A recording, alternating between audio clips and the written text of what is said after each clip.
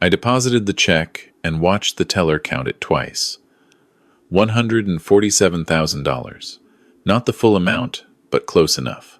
My revenge had taken 8 months, cost me a relationship with my son, and left my nephew facing federal charges. I felt nothing but cold satisfaction. Let me tell you how we got here. I've been a CPA for 38 years. Started my own firm in 1987, built it from nothing into something respectable. Not huge, but steady. 15 employees, good reputation. Clients who trusted me with their books, their taxes, their financial lives. That kind of trust takes decades to earn. I learned that the hard way when I was starting out, working 18-hour days, double-checking every number, building my name one perfect return at a time. My brother David never had that patience. He was a dreamer, always chasing the next big thing. Real estate flips, cryptocurrency, some pyramid scheme selling essential oils. He'd call me at midnight with ideas, and I'd have to explain why they wouldn't work, show him the math. He never listened. When he died 5 years ago from a heart attack at 47, he left behind nothing but debt and a 22-year-old son who didn't know how to balance a checkbook. Marcus, my nephew. I went to David's funeral and saw Marcus standing alone by the grave after everyone else had left. Kid looked lost. His mother had remarried and moved to Florida years ago, barely kept in touch. No siblings, no real family, except me and my son Daniel, who was Marcus's age. They'd been close as kids, more like brothers than cousins. "You need a job?" I asked Marcus that day. He looked at me with David's eyes. "I don't know how to do anything. I'll teach you." That was my first mistake, trusting family. Marcus moved into my house that week. I had the space since my wife passed 3 years before David did. The guest room on the second floor had been sitting empty, and I figured the company might be good. I was 62 then, considering retirement, and the house felt too big for one person. "Rent-free for the first 6 months," I told him. "After that, we'll figure something out, but you work for it. I'm training you to be a bookkeeper. Maybe eventually a junior accountant if you take the courses I recommend." He nodded eagerly, showed up to the office on time every day, asked questions, took notes. I taught him QuickBooks, showed him how to reconcile accounts, explained the basics of tax preparation. He was sharp when he wanted to be, picked things up faster than some people I'd hired with degrees. Daniel was happy to have his cousin around.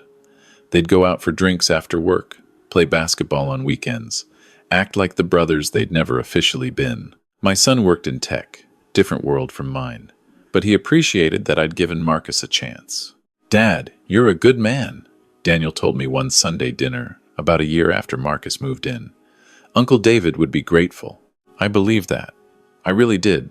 After the first 6 months, I told Marcus he needed to start paying rent. Not much, just $500 a month, enough to teach him responsibility. He agreed, seemed grateful for the low rate, said he was saving up for his own place eventually. He paid for 3 months. Then the excuses started. "I'll get it to you next week, I promise.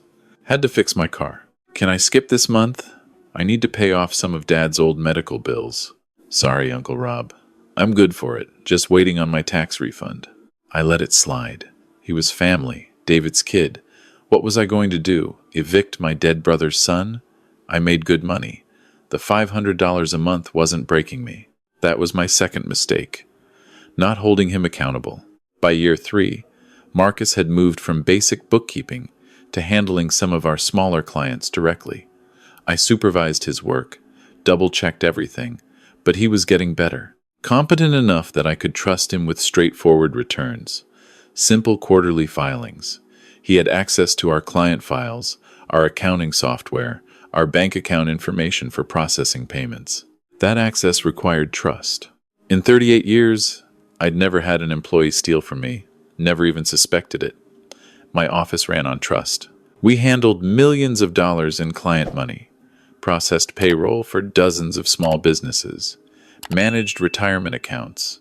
One breach of trust and the whole firm could collapse. I trusted Marcus because he was David's son, because I'd trained him myself, because he called me Uncle Rob and showed up to family dinners and knew where I kept the spare key. That was my third mistake. The biggest one. 3 months ago, on a Tuesday morning, In early October, I came into the office at 6 a.m., like I always do. I like the quiet before everyone else arrives, the chance to review files and plan the day without interruptions. Tax season was over, but we were busy with year-end planning for business clients, and I wanted to check our own books before the week got away from me. I pulled up our business account in QuickBooks. We keep a healthy balance, usually around $200,000, to cover payroll and expenses with a comfortable cushion. Accounting firms bill in cycles, so cash flow can be lumpy. That cushion matters. The balance showed $63,000. I stared at the screen, refreshed it. Same number. Checked the bank's website directly. $63,000. $137,000 was missing. My first thought was bank error. It had to be. I pulled up the transaction history, scrolling back through the past month.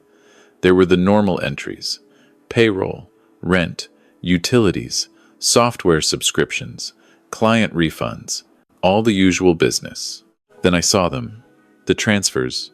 $15,000 on September 12th, $20,000 on September 19th, $25,000 on September 26th, $18,000 on October 2nd. Multiple smaller transfers scattered between them, all going to the same external account, labeled Vendor Payment, MK Enterprises. MK Enterprises. I didn't recognize it. We had maybe 40 regular vendors, and I knew every single one. This wasn't one of them. I pulled our vendor master list. No MK Enterprises.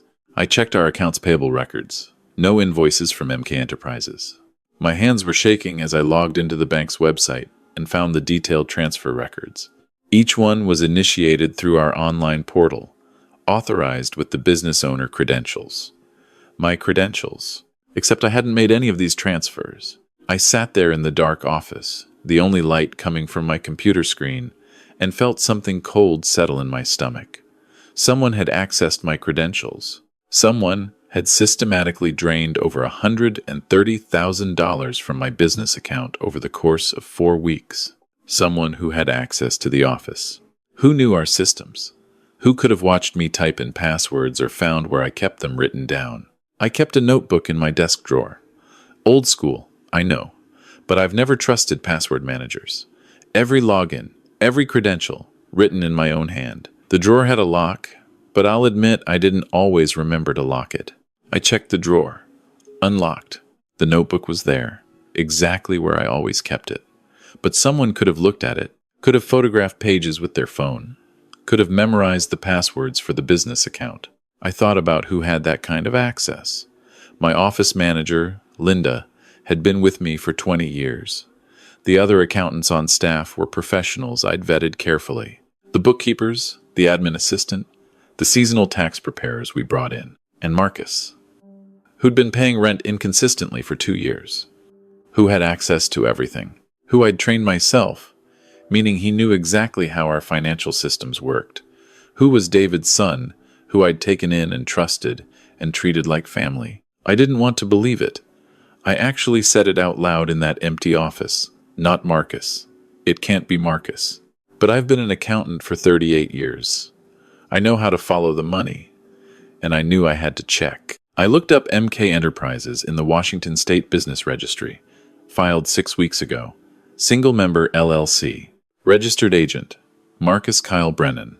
MK, Marcus Kyle. My nephew had created a shell company and used it to embezzle from my business. I sat there until 7 a.m. when Linda arrived and found me still at my desk, staring at the computer screen. Rob, you okay?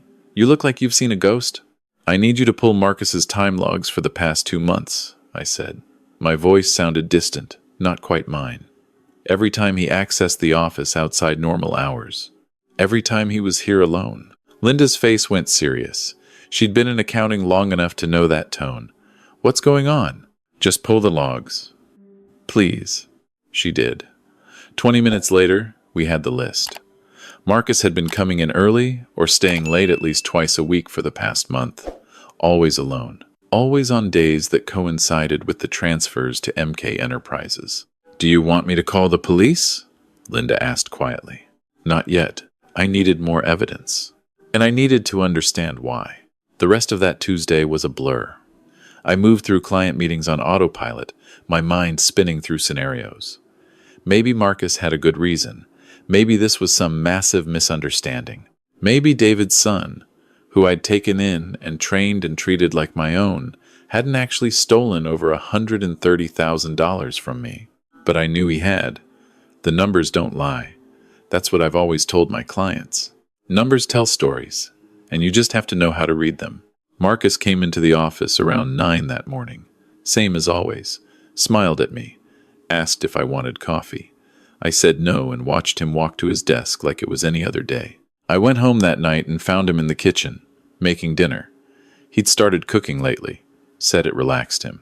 There was music playing, something upbeat, and he was chopping vegetables for a stir-fry. "Hey, Uncle Rob? Long day?" "Yeah." I set my briefcase down. "Marcus, can we talk?" "Sure, what's up?" He kept chopping, didn't look at me. I almost told him then. Almost asked him directly about MK Enterprises and the transfers and what the hell he'd been thinking. But something stopped me. Maybe it was the casual way he was acting. Maybe it was knowing that if I accused him without ironclad proof, he'd deny everything and disappear, and I'd never see that money again. "Never mind," I said. "It can wait." Over the next 3 days, I built my case. I'm a forensic accountant by training, did a lot of litigation support work early in my career. I knew exactly what evidence I needed.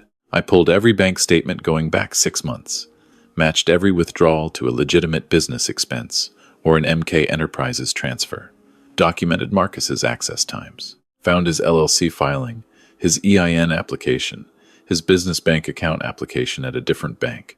He'd been sloppy, probably thought I wouldn't notice until tax time, months away. By Friday afternoon, I had a